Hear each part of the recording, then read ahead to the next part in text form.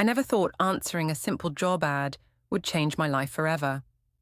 One day I was a broke college grad desperate for work, the next I was caring for a billionaire's child. What I never expected, that he'd risk his empire, family name, and fortune, all for me. If you've ever wondered whether true love still exists in today's world of wealth and power, stay with me for the next 30 minutes. My story might just restore your faith in what people will risk for love. Hit subscribe now and turn on notifications so you never miss another real-life romance like mine.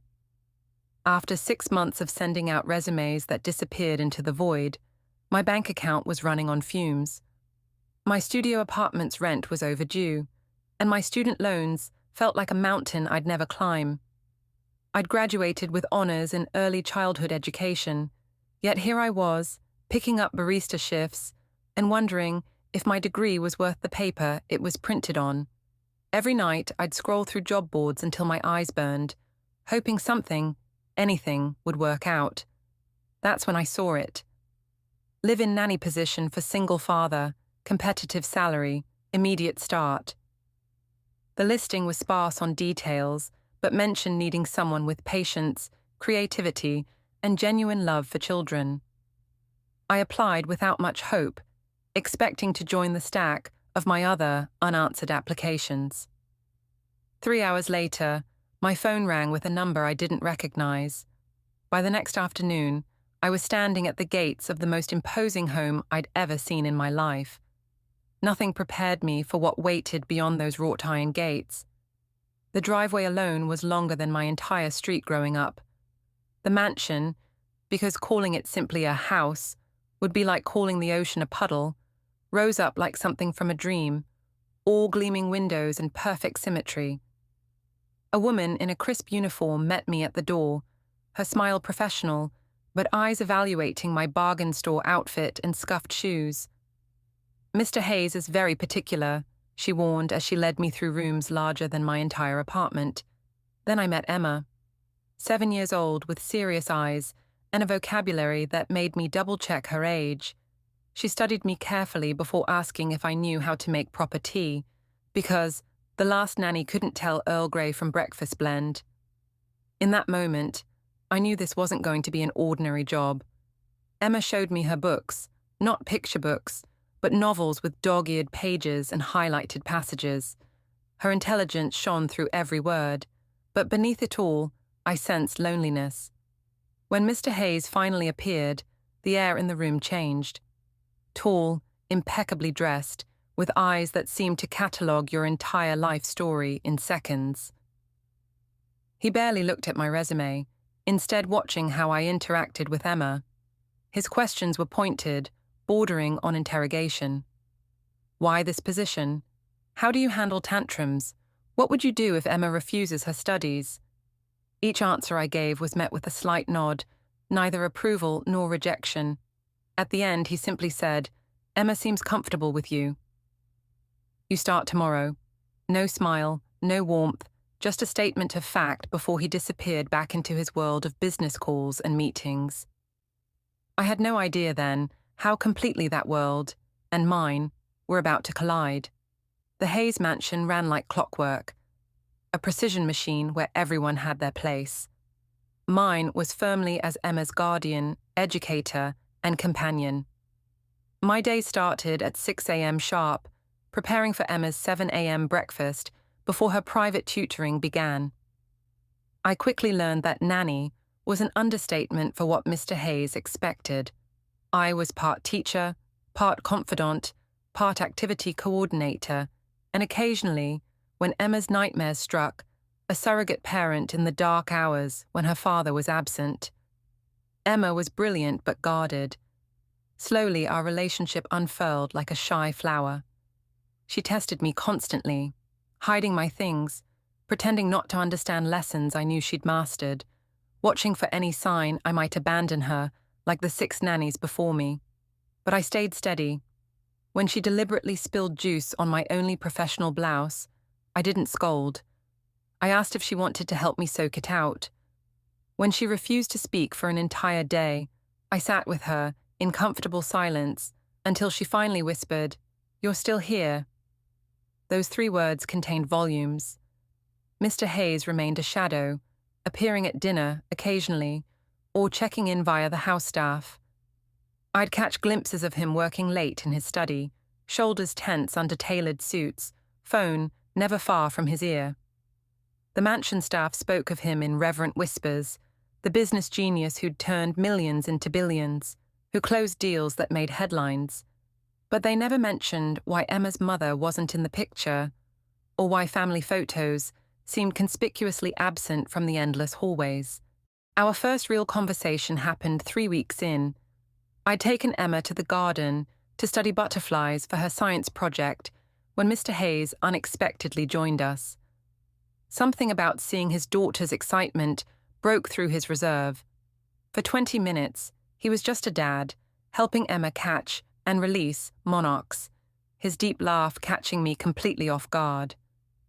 When our eyes met over Emma's head, something shifted, a moment of shared joy in his otherwise stern expression. "You're good with her," he said quietly before his phone rang, yanking him back to his corporate world. The real trouble began at the monthly family dinner. Mr. Hayes's parents, cold, aristocratic figures who regarded me like an intruder, made their disapproval crystal clear. "Another caretaker?" His mother sighed over her wine. "Really, Alexander, this revolving door of young women can't be healthy for Emma." The pointed look she gave me conveyed everything. I was temporary, replaceable, and most definitely not their social equal. Emma's small hand found mine under the table, squeezing tight as her grandmother continued, "Perhaps it's time to consider boarding school instead." I felt Mr. Hayes watching my reaction, and for the first time, I wondered if my growing attachment to Emma and my unexpected awareness of her father was setting us all up for heartbreak. Act 3, the turning point. I'll never forget that night, the sudden pounding on my door at 2 a.m., Emma standing there in her pajamas, tears streaming down her face. "Daddy won't wake up," she whispered, voice trembling. I ran down the hallway, heart hammering against my ribs. Mr. Hayes, Alexander, was slumped over his desk, papers scattered around him. For one horrifying moment, I thought the worst until I saw his chest rise. Fever. A dangerously high one. The household staff was away for the weekend, and his driver had the night off. I didn't think twice. I managed to half carry, half drag him to his bed, called his doctor, and spent the night pressing cool compresses to his forehead while Emma curled up beside him, refusing to leave. The vulnerability of this powerful man struck me. How human he looked without his armor of tailored suits and corporate authority. Between fever dreams, he'd murmur about meetings and deadlines, then suddenly grasp my hand and whisper his late wife's name. Each time I gently corrected him, "It's just me. Emma's safe. Rest now." By morning, his fever broke. He woke to find Emma asleep against his shoulder and me dozing in the chair beside his bed, still holding a damp cloth. Our eyes met, and something fundamental changed between us. "You stayed," he said softly, careful not to wake Emma. Not a question, but a recognition that struck deeper than I expected. "Of course I did," I replied simply. What I didn't say was that somewhere in those long night hours, my feelings had crossed a line I hadn't even seen coming. The following weeks brought subtle shifts. Alexander began arriving home earlier.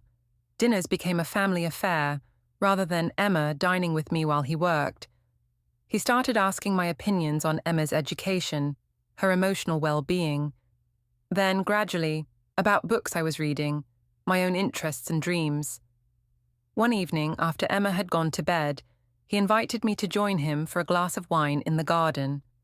Under stars that seemed impossibly bright, he told me about his wife's death during childbirth, about raising Emma alone while building his empire, about the crushing weight of both responsibilities.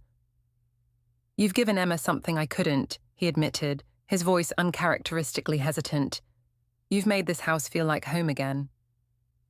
When his hand brushed mine, neither of us pulled away. The electricity between us was undeniable, terrifying in its intensity. But reality crashed down the very next morning when I overheard his assistant on the phone. "Sir, the board is concerned about rumors regarding your relationship with Emma's nanny. Your family has called twice today." My stomach dropped. I was becoming a liability to the very man who had given me purpose, whose daughter had captured my heart.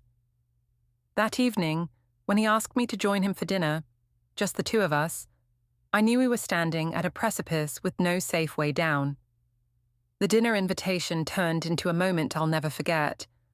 Alexander had the chef prepare an intimate meal on the terrace, candlelight reflecting in his eyes as he reached across the table for my hand.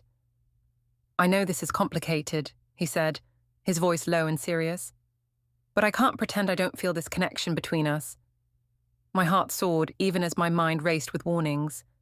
Before I could respond, his phone buzzed, his expression darkening as he read the message. "They're moving against me," he muttered, almost to himself.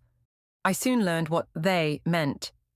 Alexander's business rivals had caught wind of our growing closeness. Overnight, gossip columns exploded with thinly veiled stories about the billionaire and the babysitter, suggesting I was a gold digger who had schemed my way into the Hayes household.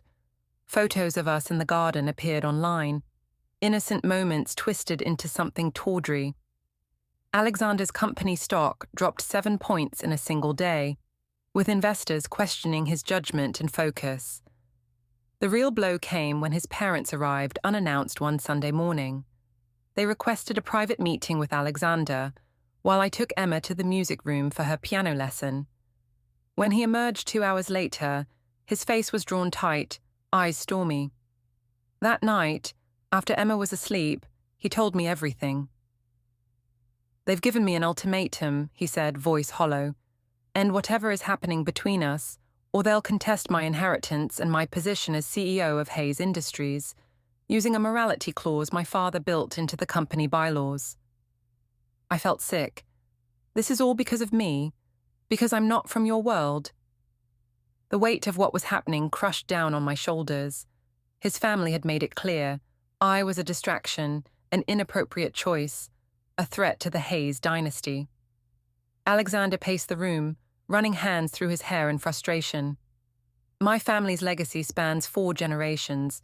Thousands of employees depend on Hayes Industries. I have responsibilities that extend beyond what I want personally."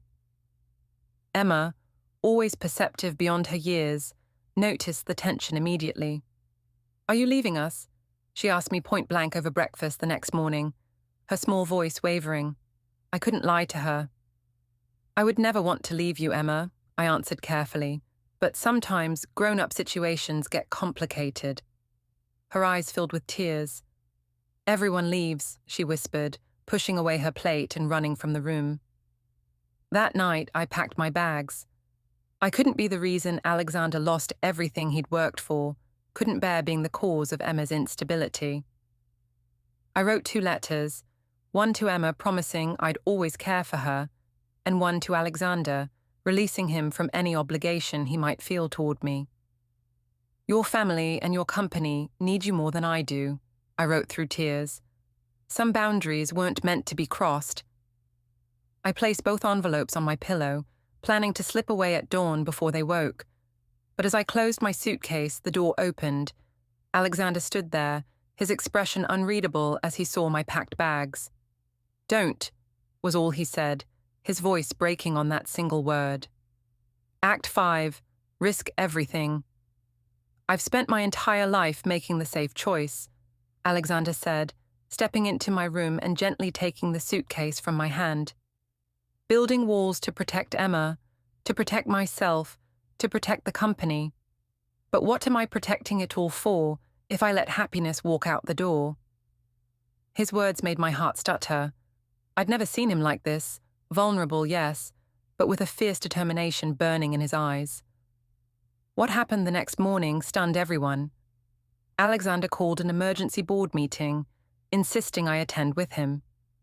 Walking into that room of power suits and judgmental stares nearly broke my resolve, but Alexander kept his hand firmly against the small of my back.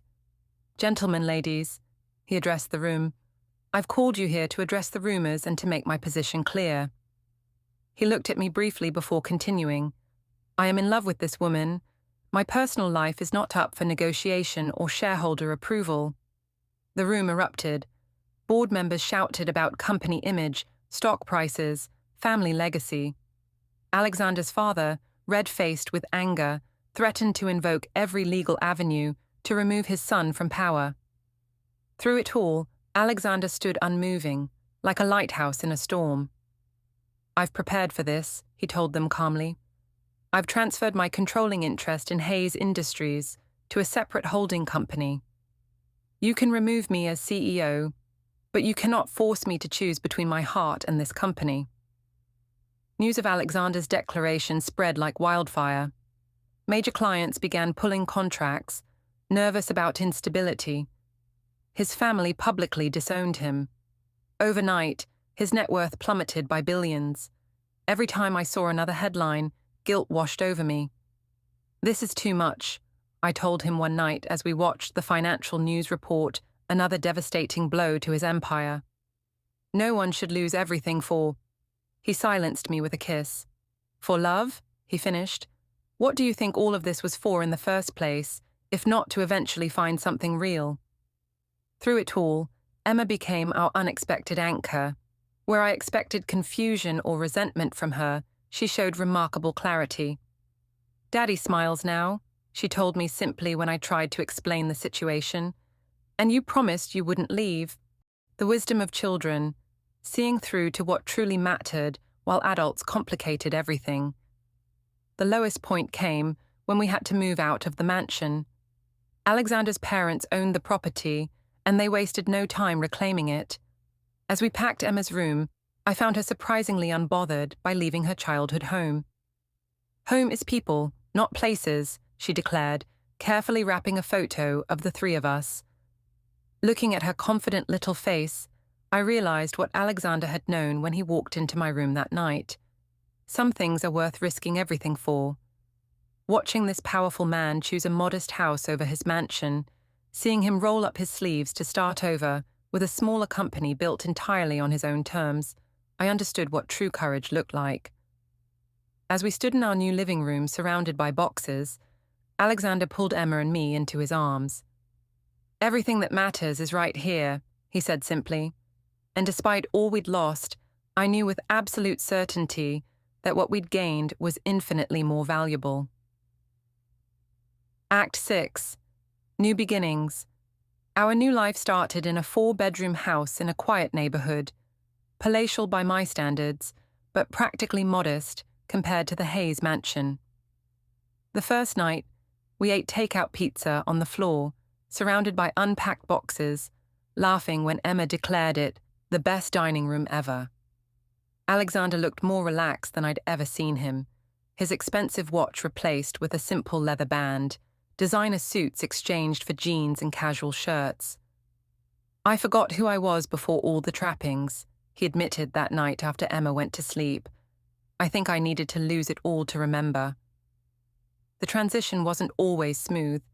Alexander threw himself into building his new company, smaller, focused on sustainable technology rather than the vast Hayes conglomerate. There were nights he doubted himself, wondering aloud if he'd made a catastrophic mistake. I'd find him at 3 a.m., staring at financial projections, the weight of responsibility heavy on his shoulders. But unlike before, he let me in during those moments of vulnerability. We were partners now, facing each challenge together. Emma blossomed in ways that surprised us both. In her new public school, away from the isolation of private tutors, she made real friends for the first time. "Alyssa doesn't care that my dad used to be in magazines," she reported excitedly after her first playdate. "She just thinks it's cool that I can name all the butterfly species." Watching her run through sprinklers in our modest backyard, shrieking with uncomplicated joy, confirmed what Alexander had sacrificed everything to learn, that wealth couldn't buy the kind of happiness we'd found. The most unexpected development came 6 months after our move. Alexander's younger sister, Claire, appeared on our doorstep one Sunday afternoon. "I've missed my niece," she said simply, and my brother. That dinner opened a small crack in the wall his family had built. Claire became our ally, eventually bringing along their cousin Michael, who had always admired Alexander's business acumen. Slowly, a new support network formed, not based on the Hayes name, but on genuine connection. Alexander's new company gained traction, built on innovation rather than legacy. It would never match the billions of his inheritance, but it was his in a way Hayes Industries had never truly been. When his first major client signed on, we celebrated with sparkling cider in plastic champagne flutes, Emma toasting solemnly to Daddy's best idea ever. When I asked which business idea she meant, she looked at me with that wise beyond her years expression and said, "Choosing love over money, silly." 1 year after everything changed, Alexander proposed on the back porch of our home, while Emma held a homemade sign reading, "Say yes." The ring wasn't the flawless diamond his position once would have demanded, but a simple emerald that matched my eyes. "I could have given you the world before," he said, voice thick with emotion. "Now all I have to offer is my heart." I laughed through happy tears, pulling both him and Emma into an embrace. "Don't you know yet?" I whispered. "Your heart was all I ever wanted." Some people call our story a cautionary tale of privilege lost. Others romanticize it as the ultimate sacrifice for love. The truth lies somewhere in between. Yes, Alexander gave up billions, status, and his family name. But sitting here in our garden, watching him teach Emma how to plant tomatoes, his hands dirty and his smile unreserved, I know we didn't lose a fortune. We found one. Sometimes the richest life isn't the one filled with possessions, but with presence. Sometimes love doesn't just change your relationship status, it changes your entire definition of success. If my journey from nanny to loved one touched your heart, please give this video a thumbs up. Share it with someone who needs to be reminded that love can find us in the most unexpected places. Comment below with your own unexpected love story, and don't forget to subscribe for more real-life tales that prove truth really is stranger than fiction.